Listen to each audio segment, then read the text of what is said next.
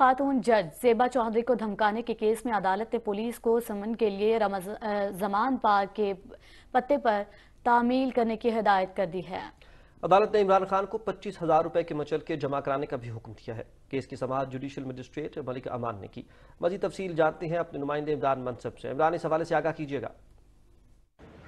خاتون جج زیبا چودھری کو دھمکانے کے کیس میں اسپیشل پراسیکیوٹر رضوان عباسی نے عدالت کے سامنے اپنے دلائل میں کہا کہ یہ سمن، یہ وارنٹس، آخر اس کا مقصد کیا ہے جب ملزم عدالت کے سامنے پیش ہی نہیں ہو رہا تو الومنائی نیٹ ورک کو، لیکن اس کے ساتھ ساتھ یہ ایک ایسی شخصیت بھی ہیں جنہوں نے اس وطن